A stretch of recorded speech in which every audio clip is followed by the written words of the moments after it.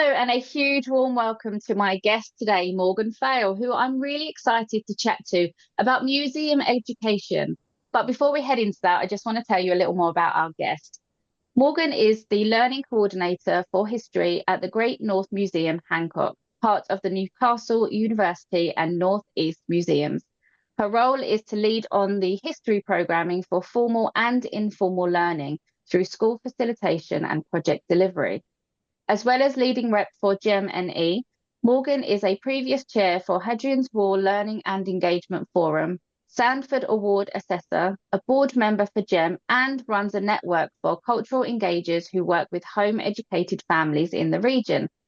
Morgan has worked in the sector for 15 years, working in education roles in various venues, facilitating science, arts, history, and local history activity, and is passionate about finding ways to provide home-educated families the opportunity to engage with the sector, which I have a personal interest in too. So please join me even in welcoming Morgan to the podcast today. How are you doing today? Oh, good. That's a lot of stuff you've had to talk about. You've done a lot of stuff. It is amazing listening to all the things that you're doing for the sector, and the fantastic way that you're bringing in education communities outside of the mainstream as well, which is fantastic. But can you start by telling us a little bit about yourself and your experience with education growing up? What was school like for you? So I come from, like, I don't now, but I was brought up in a little tiny ex-mining village in County Durham. It's a tiny little village.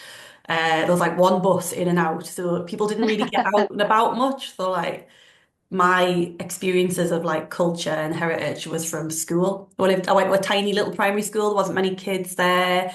Um, so it was small. You knew everybody. But my Yeah. like interest started when I was little. Like I used to watch Time Team, and we have an author. Okay. There's an author lives in that village from like he does a big series of very popular children's history books. And he lived in there, he's still there now, and he was there since I was little. And he used to give us books for my birthday because my mum worked in the shop. And I'd like pore over these history books. And that's what like really got me into the topic and got me interested in it. And I always think like my job is about engaging young people with history and heritage through like arts and culture. And like that's what happened to me when I was little. I was like I got into this because of like his passion through his books. And then I went to a secondary school and secondary comprehensive schools, same everywhere. I wasn't the most popular kid, but I got my head down and got some grades, worked hard on it. It wasn't the best time, but I'm sure it isn't for a lot of kids. But that's where I like come from. So I'm from like mainstream school background. And then I went off to university after that point. I was the first generation in the family for like university education. But my big sister had gone before me. So she kind of gave me that, oh, I can get out. I can go on and do something more because not a lot of people get out of that village and go Mm. on to do other things. So yeah, that's kind of where it all started, that Yeah. trajectory upwards. Yeah. Really, really interesting. Do you ever go back? I do. I've still got little bits of family over there, and it's nice to go back. I would never live there, but like, I have a fond like childhood of like just out walking in nature with like my uncle going on walks down the woods and exploring places, and it's lovely. I met the author last year, whose books I used to read when I was little, and I went to a book signing because he made an adult book, and I was like telling him, I was like, you're the reason like I got out there, and you're the reason I do what I do today. And he's like in his 80s now, and he was like, "Oh, you're gonna make us cry." But it was really nice, yeah. Yeah, lovely. So how did you make that transition into doing what you do now? It sounds like it was something that you kind of always wanted to do from quite a young age. Yeah, so I remember like sitting with my dad watching Time Team on telly. Uh, it was archaeology. I wanted to do that, so I went off Newcastle University to study archaeology. I left home, went and lived in a flat with my friend from college. And it was a good degree. It was really good, but I didn't want to work outdoors. I realised every excavation I went on was either pouring with rain or was like really, really hot. And I was like, this Right. is me. But I want to work with objects. So I took a bit of time out, got a job, saved up, and then I went back and did museum studies, MA degree, with like lots of volunteering alongside it because I knew that I wanted to get engagement within a museum. So I kind of built up those networks and volunteered on weekends. And it was this like period of time where I was working part-time. I had a casual job somewhere. I was writing my dissertation. I'd spend my Saturdays hopping between a museum and an art gallery, spending a bit of time volunteering. Yeah, I don't know how I did it, but I got in the end. It was hard. It Yeah. was a hard slog, but yeah, I think if you put your mind to it, there are ways of getting around it. Yeah, that's what I was just about to say. It's a common story that I hear of people having to juggle. I'm doing it myself, having to juggle lots of different things to get towards that kind of bigger goal. And sometimes, and I guess very much working in the sector that you do, it does involve giving up a lot of your time to volunteer, to learn different skills and how to apply them. But I mean, it sounds you can hear the passion behind what you do, and clearly that drives a lot of the engagement that you get involved in. So, what does a typical day look like for you as a learning coordinator? So like my role is primarily schools engagement. So on a day where I've got schools in and I do a few full days a week, I will be out setting up my workshop space, getting all my resources ready, and then we get our school groups through. And I'll have a few groups rotating, one at a time, a workshop, might be the same thing, it might be a different thing. And then it's more lots of admin, lots of school bookings and bits of project work and getting through all of that kind of stuff. School holidays, we do a bit of family engagement. Sometimes we do some late events and help out other teams with like adult events and stuff like that. So it's quite a diverse role. You can get up to quite a lot of stuff.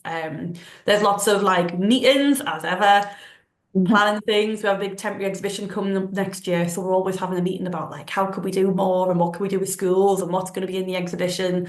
But it's a really lovely job, and you get close to these like amazing objects, and you have these groups come in and they have like the best time, and then you get rid of them at the end of the day, and then you don't have to do all the teacher admin, and it's just such a lovely job. We work with lots of other groups, so I know you mentioned at the start, we do a lot with home educated children as well, and all my networky stuff on the side. So a lot of it, the spare time is around like planning, all of that kind of stuff, facilitating meetings and pulling big events together. So we do a lot of big key events over the year. Like we do a big home educator day.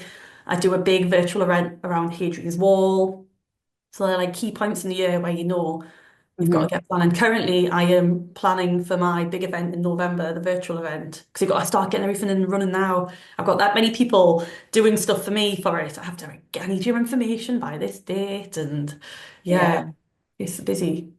Yeah, and I think people don't realize unless you're in that kind of industry where you have to arrange events and things like that, you don't realize how much in advance you have to plan Oh, things and bring things together, and it yeah. takes a lot of work, doesn't it? How do you kind of when you look at the sessions that you put on for schools or other groups, how do you decide what it is that you're going to have in the session? Are there set things throughout the year that you have at certain times, or is it based on kind of interests and needs? Most of it is built around like the primary curriculum. So Okay. I have four main history galleries that I plan my programming around, and I'll have like a set of workshops that are just on offer for groups to book onto. They get modified and they get changed up every now and again. We might create something new or develop something different, but we kind of have a set program. Um, the most recent thing I've developed was like our Roman one. I didn't like what we did before, so I scrapped it. And I managed to get a collection of artifacts from the curator from the stores. So it's more now based on like object handling. Sometimes we look ahead to future exhibitions. So thinking about next year's exhibition, which will be about treasure. I've got to start thinking about what I'm going to create around that.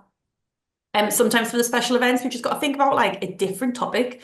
So this big event I do around Hadrian's Wall, it's more about like how can we make Hadrian's more engaging for schools, like and look at different topics that aren't part of the curriculum, which is a big thing Right. we do. We've got to think of stuff that maybe schools aren't doing in the classroom. Our unique thing is the object. We're part of Newcastle Uni, so we use a lot of up-to-date research as well. So how can we introduce bigger questioning around our sessions? That's something we do quite a lot. When I do a session around mummification, we look at like ethics of human remains and displaying human remains in museums. And we're doing Oh, this with like year 3 and 4 children, and they get it.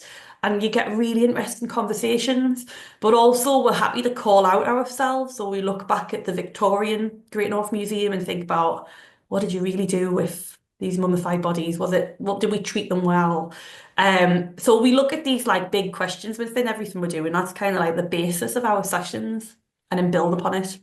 Um, Working with other groups like home ed, I usually will offer the same stuff, but we just like change it up a bit to suit the needs of that different type of group, make it a bit more flexible, less of like, you're working in a big team and you've got to do this. It'll be like you're working at your own pace. Um, but I find with home ed as well, they like an expert. So I call in other people, like a little while ago, I got a curator in, and his role was talking about his career, his job, what he does, and then doing some object handling with them, giving them that expert and that person that could like really ask these difficult questions to about the collection.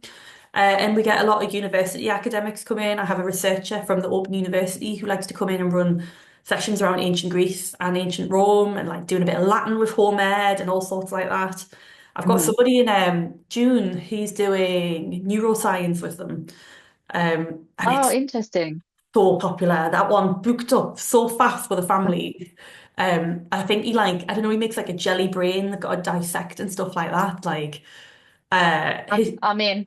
I know, it's really good. He did one a little while ago with some microscopes analysing cells, and the families loved his stuff. So that's currently their favourite at the minute because he just like does something that you cannot do at home. He's like a proper expert. He researches and works at the university. So like for home ed, we can kind of think a bit different. Get these other people in who are running stuff that we might not usually do. Because they love that. They love an expert, somebody doing something that they can deepen their knowledge a little bit more as well. Mm. Is it hard? Because by the sounds of it, you have so much more flexibility when it comes to groups outside of mainstream education. And I mean, on the surface, it sounds so exciting, so engaging, really hands-on. And there's so much learning happening in those sessions. Is it hard to kind of apply the same principles to your school groups as well? Yeah, I think for me, it's just like we just like shuffle it a little bit. I did a session a few days ago on mummification for home ed. And for primary school, I would run exactly the same thing, but I would put the kids in a big group of 10 and I would rotate them around the room. But for home ed, I just go, right, you just make your way around in your own time. And they ask me really challenging questions, and like we have like a little bit more like deeper one-to-one conversations. So they don't take a lot more planning, but they ask a little bit different of you, uses a different like skill set. With the experts that I get in, I trust them enough to just let them plan their own time and run their own session. For the microbiologist, he's never done this stuff before. So after the first one, he was like, "Oh, that was different. That was a bit of an experience." And he's like, "I want to come back. When can I come back and do something with them again?" Like he really loved it. He found it like really interesting to work with like different people, and he enjoyed those questions that they come up with. Mm. I think that's really interesting because actually you think of an expert coming in and you think they know everything and that they're the expert in that, but that's lovely to hear that they're actually learning from the Yeah. experience as well, because I guess the kind of status quo has been school groups, so having the opportunity to work with a slightly diverse group in a different way must be really eye-opening for a range of different people to go in and do that. So I think that's really lovely to hear. What role do you think museums should play in today's educational landscape? I think like asking that deeper question, like what we should be doing is stuff you can't do in the classroom. We shouldn't be providing them with activities that a teacher or a parent can easily just like download off the website or do. Mm. I think like challenging with those big questions and getting people to think a little bit deeper, like the when we do mummification, we're not just learning about the process of it. We're like looking deeper into this topic and we're thinking about displaying human remains, but we're also looking at the Victorian treatment of them and we're providing a different experience. Um, when I do stuff around Roman Britain, we look at them as a colonizer rather than like this amazing, like, the Romans brought all this amazing stuff to England, but actually, like, they colonized us. So, what did those Iron Age Britons think at that point when these Romans came and took over and introduced all this stuff? Like, we should ask these challenging questions and get schools to think a little bit differently. When I do this big virtual event in November, last year, my colleagues from the Vintlander Trust, they did a session around climate change on Hadrian's Wall.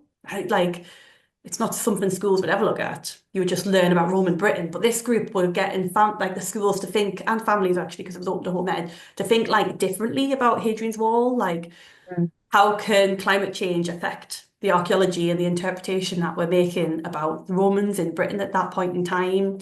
So I think for me, it's like it is these deeper questions, thinking about these other voices that maybe we're not representing in our collection or what they're doing in the classroom. How can we make, how can we pull other strands or bits of information out of it? Oh, it's so lovely to hear about this sort of work because I think a lot of people kind of assigned to that thought that museums are these quiet places that you go in and you don't say anything, you don't touch anything, and you can just go around, read a few things, and then leave. And it's really lovely to hear. And it's a reason why I've really kind of engaged in this sector as well myself, because I really want to highlight the amazing work that's going on in these establishments and how kind of engaging and fun and interactive these sessions actually are. And I think that's a real misconception of museum education. It's like libraries, isn't it? You grow up thinking you can't go in there and talk. You have to be really quiet, don't touch anything. And I think we really need to shine a light on actually how informative museum education can be and how diverse the delivery is. It's Yeah, really definitely. interesting to hear that.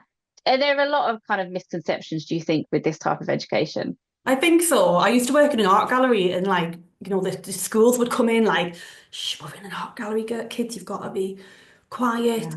And then we'd take them on a tour in the gallery and we'd be like, this is a big painting of these women from colour coats on the northeast coast and they're pulling up these lifeboats and rescuing these sailors. What sounds can you hear? And then we'd get the children making a big soundscape in the middle of a gallery. So we'd like kind of like squash that idea of, well, be really quiet. Actually, we're going to bring a bit of energy and life into this space. And you get complaints from the visitors about Do children. you? You do now and again, but like there's a space for everybody, aren't they? Like, how can we help people engage? One of my biggest like peeves when you watch a school group is the teachers come in with like piles of paper for the children to fill out. But like in the end, they're just staring at their piece of paper. They're not looking at the gallery and the cases around you and looking at these artifacts. They're going, right, I need this bit of information. I'll just copy it from there. So I think like Mm. there's lots of stuff we can be doing to like really like change the way people engage with our museums and our collections and change the idea of what we are as well as institutions. Like we're these lively spaces where people can engage and like find out about like more and delve a lot deeper as well. Yeah, absolutely. What would you say to museums listening that want to really engage more in this way of being, but are coming across some kind of barriers and challenges? Are there easy things that people can do to try and adapt the way that they're presenting their museum education? I think for me, it's just do it, like have a go at it. I think the museum sector, like, we're so well networked, and I don't know if it's a northeast thing, but like up here, we're all like really into sharing and supporting each other and collaborating. And if other people listening, if they're finding those issues, I would just say get out in wider network and find out how other people are getting over this stuff. Finding people in similar kinds of organizations to you and Mm. how have they managed to make those little changes and adapt how things are working in their place to get over some of those barriers because there's ways of Mm. doing it, but it's great to be able to share that idea and that knowledge, which is partly why I run the Home Educator Network, because there were people finding it difficult to engage with home ed. But now as a network, we're sharing that knowledge and more people are doing stuff for home educators in the region. Yeah, absolutely. And I think that is key, isn't it? Community is key. And it's lovely to hear that kind of collaborative sharing element to what you do, because I think that's really important to enable the growth and development of a sector, especially in a landscape that is changing so rapidly. It's really important to have those conversations. So I'm really interested in the events that you talk about that you put on. So if you could tell us a little bit more about what they look like, and I'm especially interested in how the virtual events work as well. Yeah, so like I said, we've got a general program of teaching, but there are points in the year where we've all got events. Like I have an early years coordinator in the team, and she runs like toddler takeovers and baby takeovers at certain points in the year.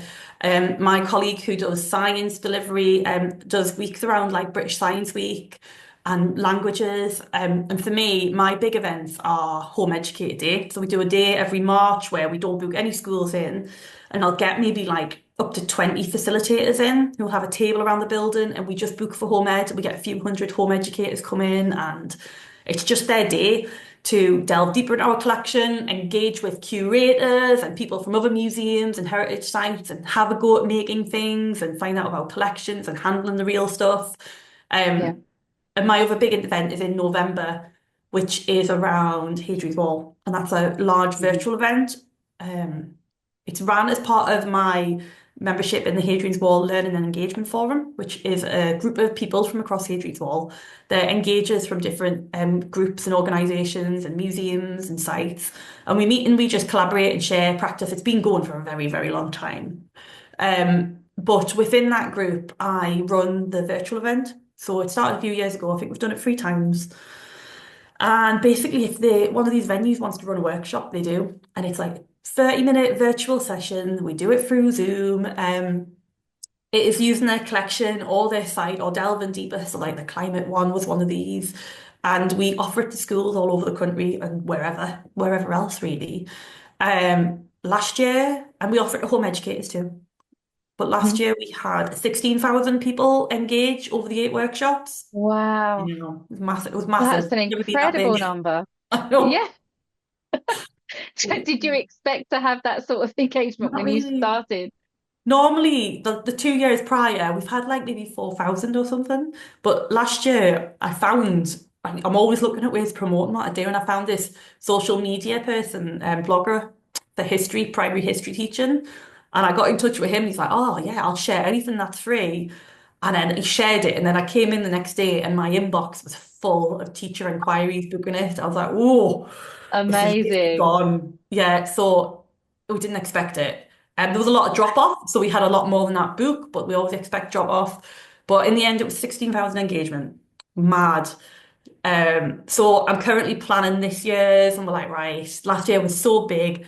How do we keep this going? There's a few more people are like, oh, can I get involved this time? They've heard because Yeah. some of our venues, I was talking to another Roman site in the north of England, and I was like, oh well, yeah, you're welcome to take part. You know, you'll get a few thousand attendees. They're like, oh, that'll be our whole like museum target for the year if we come to this, like, because they're getting a massive chunk of engagements in one go.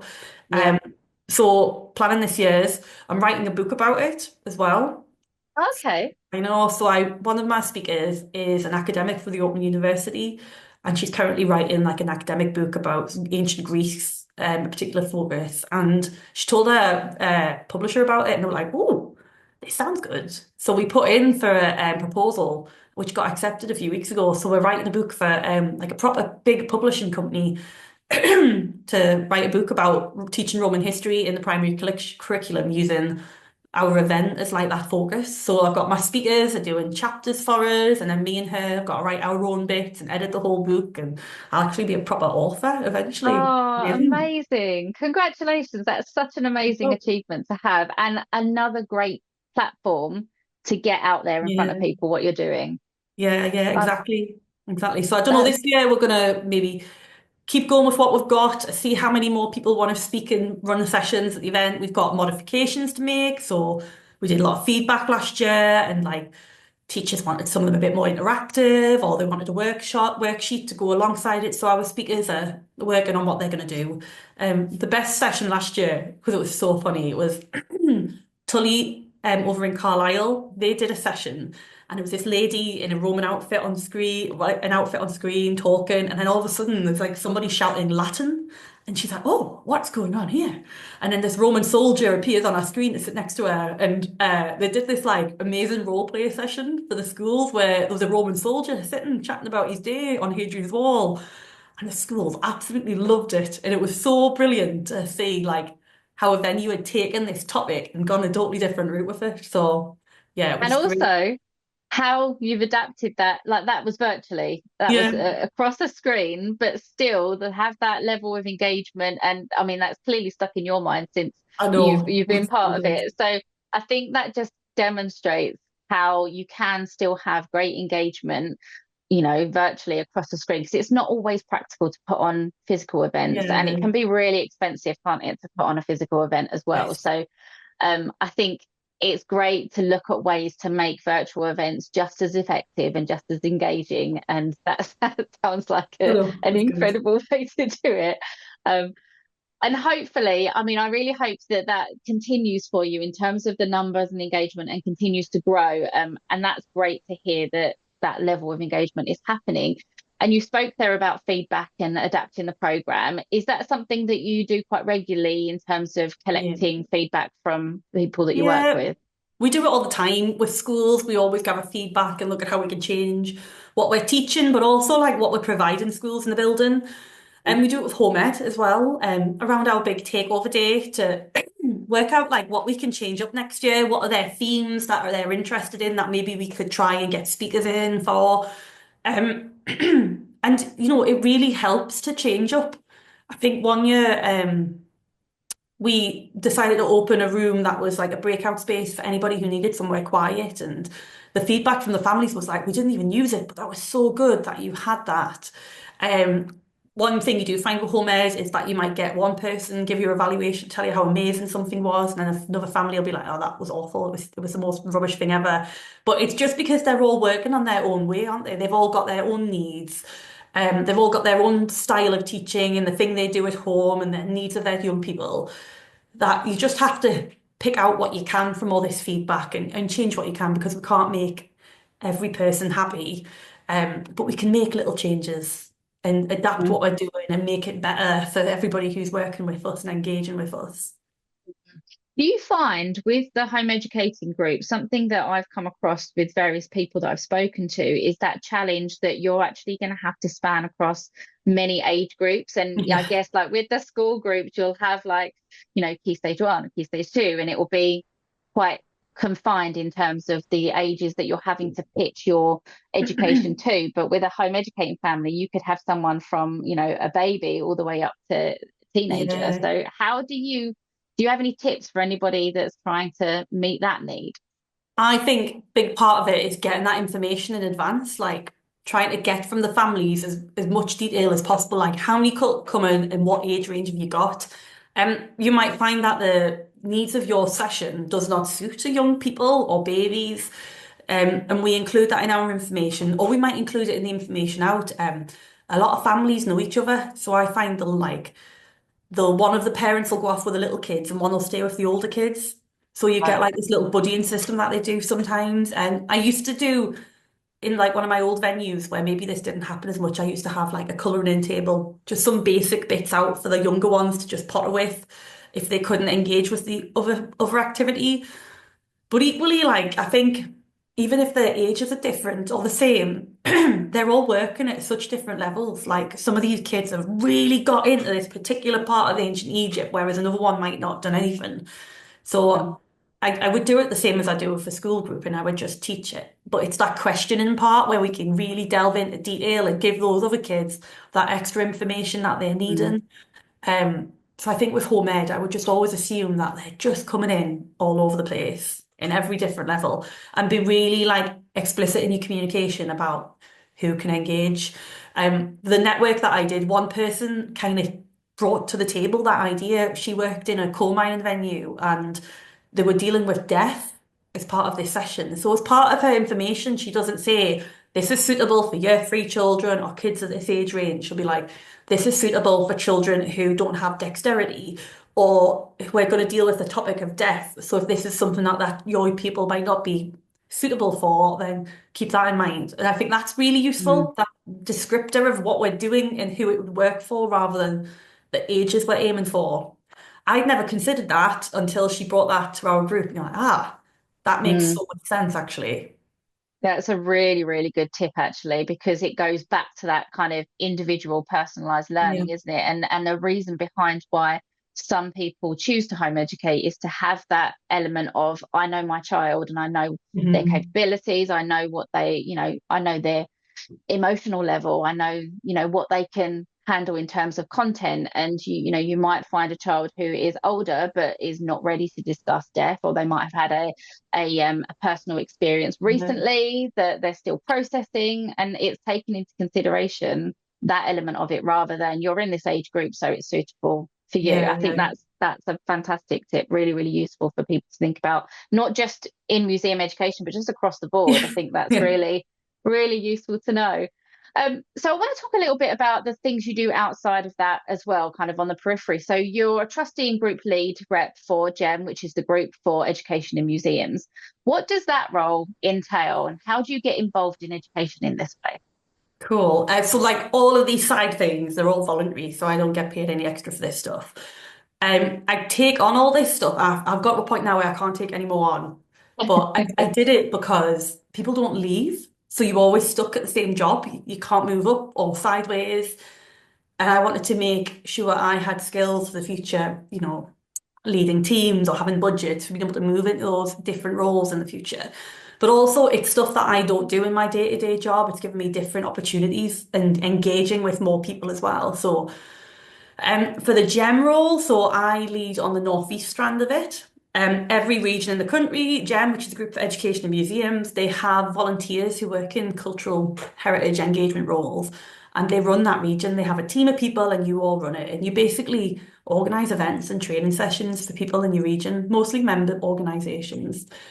Myself and team, I've got 6 other people. They come from different venues, from all over this region, and different types of venues. They're people who've applied for the role or I've picked to be part of this team because I knew they would bring some really good skills to it. And we just plan events together for other professionals to take part in, or training sessions. We did a really nice conference last year around climate change and education in museums, and we got speakers in, and we had time for planning and having a go. I've got stuff coming up to do with adult engagement, intergenerational working, and one about visual impairments as well. In these different Okay. regions, they organise stuff. Some of it's virtual, sometimes it's in person. Um, but it's just really useful. It's useful at like meeting people and getting out there and getting an idea of what else is going on in your region too. You find it all over the country. There are some stuff's free, some stuff has a charge to it. But I do really enjoy being part of GEM. I think what they do is brilliant, which is why I went in to become a trustee for them, to be able to support that organisation more and bring my other skills and experiences. As a board member, I'm like in that background supporting GEM, attending these board meetings.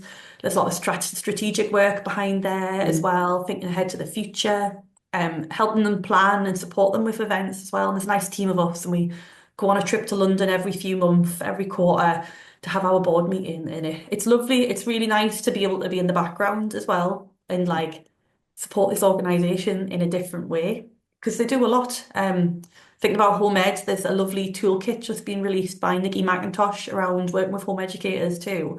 So there's lots of stuff like case studies and journals, full training courses that they run. But it's like a body for like museum engagement professionals to get further development and training, which I think is brilliant because there's nobody that focuses on that in particular.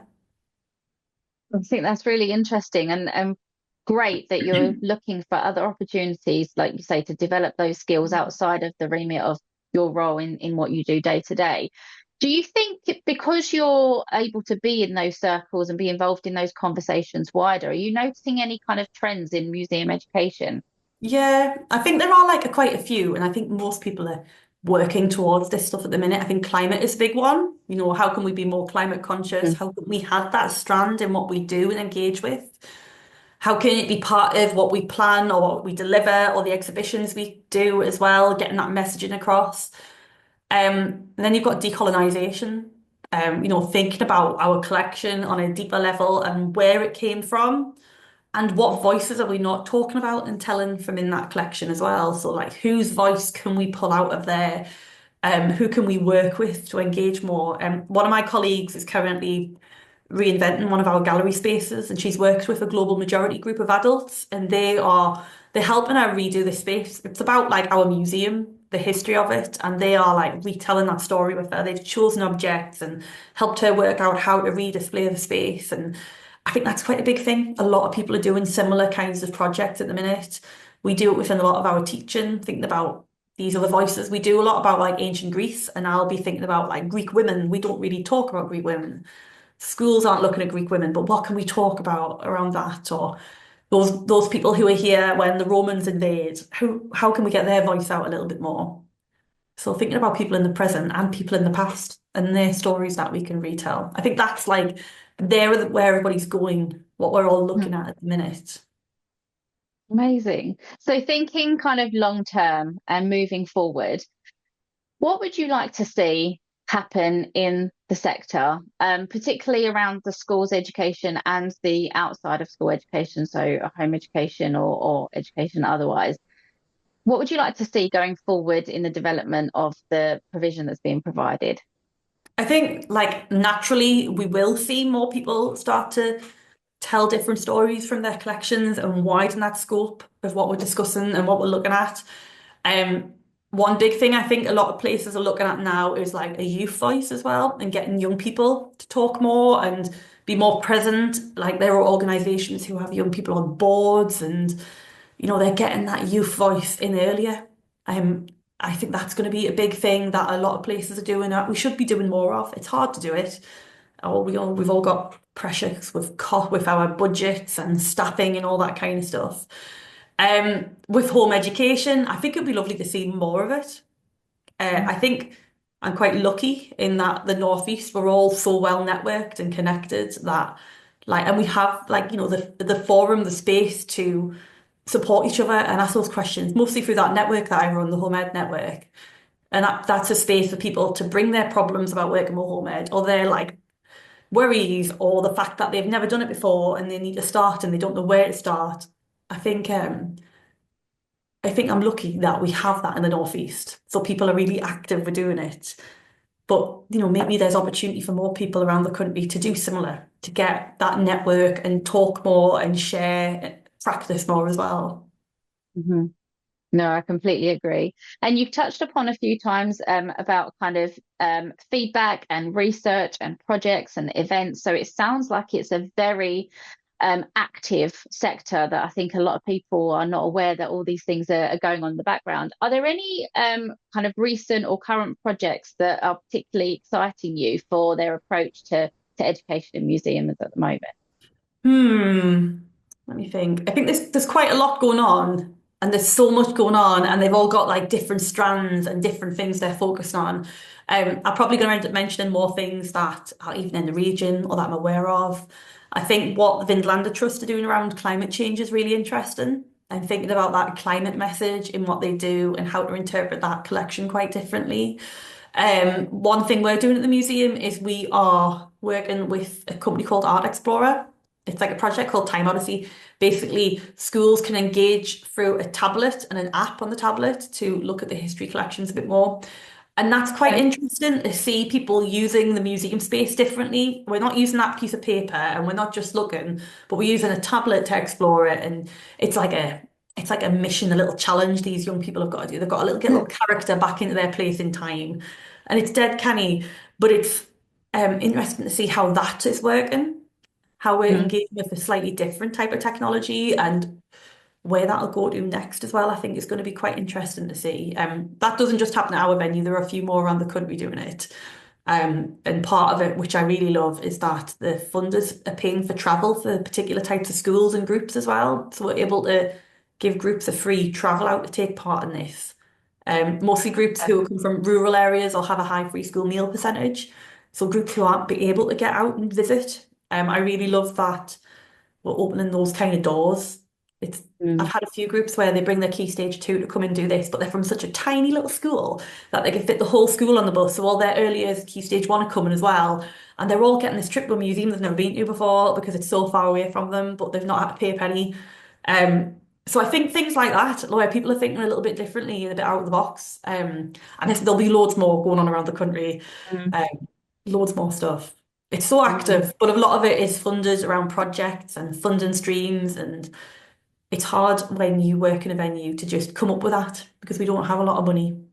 A lot of this Mhm. stuff needs money. Mm, absolutely. So Yeah. it's lovely to hear that there are some like pockets of things happening and going on, where they can. And great to hear that technology element coming into it, Yeah. because I think going back to what I said earlier about those misconceptions or preconceived ideas that it's somewhere that's very quiet and you don't really have that interaction. And then when you said about, seeing people with bits of paper and having to just copy Mhm. down onto worksheets and things like that. So thinking outside the box and bringing in that kind of technology and innovation in different ways. And almost, it sounds a bit kind of gamification and Yeah. having a character and bringing that element that, our young people are really engaged in, but in a really active and positive way Mhm. and learning different skills. So that's really great to hear that that's kind of on the horizon and it's starting to feed into that way of education as well. So just to bring it to a close, so because Recap is all about embracing everyone, making everyone feel part of the supportive community, I do ask all guests to think of one piece of advice or an empowering message to give to our listeners to share that love and support. So if you could say just one thing that could help even just one person, what would it be that you would like to say? I think it's find your network, find your people, find those people out there who you can share or who can be your ally when maybe something's not working out or when you to just compare practice with. We're all working our little bubbles most of the time, but there are more people out there like us. And I think if you can find those people, we can do even bigger things. I think that's what I Mm, would say is find that. But importantly as well, I guess, make sure you're carving out time for yourself. We all have such like wonderful, amazing jobs and they're fun and you engage with these amazing collections and people. But like we're not saving lives. We're not like doctors or surgeons. So just make sure there's space for you as well. I see so many colleagues who like have tricky times because of their work-life balance, but it's mm. just important to make sure that you've got that space. That was two things Yeah. I'm aware, but yeah. I'll allow it. I'll allow it because they intertwine and they're both very important. No, I think those are great pieces of advice. Community is so, so important and valuable in lots of different walks of life. So I think that's a really key one to remember. And yes, absolutely, looking after that work-life balance and your own health is equally important, because if you don't, then you are not going to work to your Mm. fullest potential in the things that you are passionate about, are you? So I think very, very valuable things. Thank you so much, Morgan, for coming on and speaking to us today. Is there are there websites or things that people can have a look at that you would recommend in terms of finding out more information about what you're doing? Yeah, I think like the GEM website's great. Find out about all the training they do, but also if you're more interested in that home education side, the toolkit that Nikki McIntosh has just released, that's a really good read because it gives you a lot of hints and tips. She's done research with families and organisations, and she has case studies in there. So if you're thinking of making that leap into home ed, I definitely think her work's really interesting to look at. It's really up to date as well. And she has done a lot more around that. So I would definitely recommend like Gem and in particular looking at Nikki's work if that's what you're interested in at the minute. Amazing, thank you. I'll pop some links underneath the episode so that people can find it really easy as well. Excellent. Well, thank you so much, Morgan. It was lovely speaking to you today. Cool, thanks.